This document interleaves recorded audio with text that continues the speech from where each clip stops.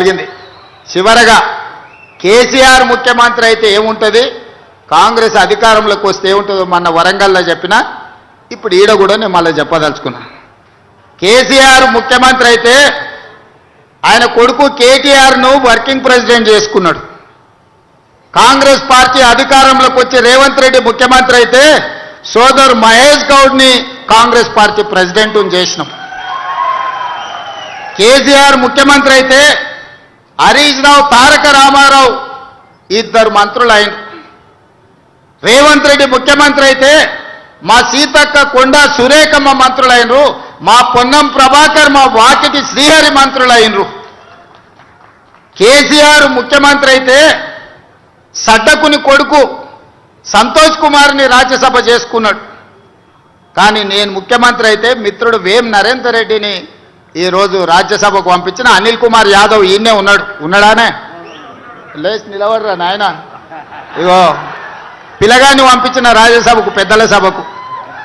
నేను ముఖ్యమంత్రి అయితే అనిల్ యాదవ్ హైదరాబాద్ నుంచి రాజ్యసభకు పంపించిన పిల్లగాడు ఎట్లున్నాడు చూడు, గట్టే కుస్తీ పైల్వాన్ లెక్క.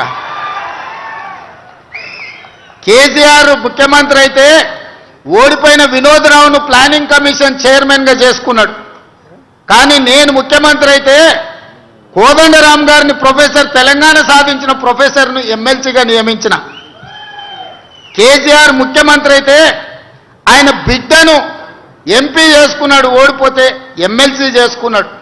కానీ నేను ముఖ్యమంత్రి అయితే వీరనారి చాకలి ఐలమ్మ మన్వరాల్ని మహిళా కమిషన్ సభ్యురాలుగా చేసిన.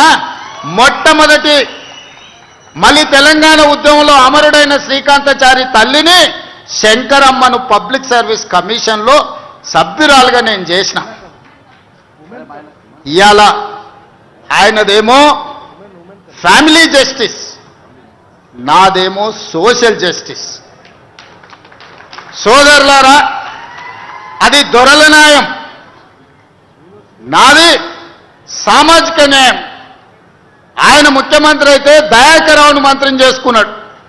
నేను ముఖ్యమంత్రి అయితే అట్లూరు లక్ష్మణ్ వేదిక మీదనే ఉన్నట్టు మా సోదరిని ఈరోజు దళిత బిడ్డను ఇవాళ మనం మంత్రిగా చేసుకున్నాం. ఒక్కటే ఆలోచన చేయండి, ఇవాళ వాళ్ళు బాధపడుతురు, దుఃఖపడుతురు, శరజొచ్చి అడుక్కుంటురు, చెట్టుకు పుట్టకు కనిపించిన రాయికి రప్పకు పొక్కుతురు. కేసీఆర్ మళ్ళీ ముఖ్యమంత్రి కావాలి ఎట్లయినా అని. ఎందుకయ్యా అంటే 1000 ఎకరాలలో ఆయన ఫామ్ హౌస్ కట్టుకున్నాడు, 100 ఎకరాలలో కొడుకు కట్టుకున్నాడు, 50 ఎకరాలలో బిడ్డ కట్టుకున్నది, 25 ఎకరాలలో అల్లుడు కట్టుకున్నాడు. మరి వాళ్ళకి ఆయనే కావాలి కదా ముఖ్యమంత్రి. మరి నేనైతే 7 లక్షల ఇందిరమ్మ ఇండ్లు ఈరోజు తెలంగాణ రాష్ట్రం నలుమూలల మా పొంగులేటి శ్రీనివాసరెడ్డిని పెట్టి ఇవాళ గ్రామంలో ఇందిరమ్మ ఇండ్లు కట్టిస్తలే మా సోదరులారా, మీరు చెప్పుండ్రి. ప్రతి గ్రామంలో ఇవాళ ఇందిరమ్మ ఇండ్లు ఎక్కడి నుంచి వచ్చినాయి? మనమైనందుకు, మన ప్రభుత్వం వచ్చినందుకు వచ్చింది. 10 ఏళ్ళు అధికారంలో ఉన్న చంద్రశేఖరరావు అనుకుంటే నెలకు సంవత్సరానికి 2 లక్షలు కట్టినా 20 లక్షల ఇల్లు పేదోళ్ళకు వచ్చేటి. ఒక్క గౌడ సోదరుడు కూడా ఇల్లు లేకుండా ఈరోజు తెలంగాణ మొత్తం ఇండ్లు ఉండి ఆత్మగౌరవంతో బతికేటోళ్ళు.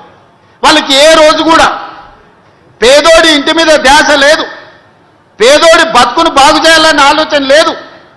ఆయన ఉండడానికి 10 ఎకరాలలో అక్కడ గడి కట్టుకున్నాడు, కొడుకు ఇంటికి వస్తలేడని వాస్తు బాగాలేదని గిది కట్టిండు. కానీ బుద్ధి చక్కగా లేకపోతే దశ దిశ అంటారు, దిశ చక్కగా లేకపోతే దశ వనికిరాదు. ఆయన దిశ, ఆయన దశ 2 బాగలేక నేను మా బట్టను వచ్చి ఆడ కూర్చున్నాం. అవునా? అందుకే మిత్రులారా, ఈ ప్రభుత్వం మీది, మీరు ఆలోచన చేసి నిర్ణయం తీసుకోండి. ఎన్నడని సెక్రటేరియట్ దగ్గరికి మిమ్మల్ని రానిచ్చండి. ఆయన ఉన్నప్పుడు ఎన్నడన్నా ప్రగతి భవన్లో గద్దరన్న పోతే గేట్ కాడ ఎర్రటెండ కూర్చోబెట్టిండు. అందశ్రీ పాటను 10 ఏళ్ళు బందీ చేసిండు ఫామ్ హౌస్లో. అందశ్రీ పాటకు జయ జయ హే తెలంగాణకు విముక్తి కలిగించింది ఈ ప్రభుత్వం కాదా? గద్దర్ అవార్డుల ద్వారా శాశ్వతంగా గద్దరన్న పేరును చరిత్ర పుటల్లో ఎక్కించింది ప్రభుత్వం కాదా? మాదిగ ఉపకులాల వర్గీకరణ 30 ఏళ్ల రావణ కాష్టాన్ని ఇవాళ పరిష్కరించింది ప్రభుత్వం కాదా?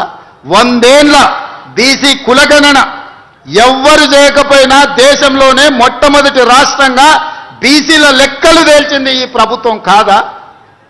ఈరోజు మీకోసం నిరంతరం ప్రయత్నం చేస్తూనే ఉన్నాం, పని చేస్తూనే ఉన్నాం. కొన్ని మీరు అనుకున్నంత వేగంగా జరగకపోవచ్చు. ఎందుకంటే 8,11,000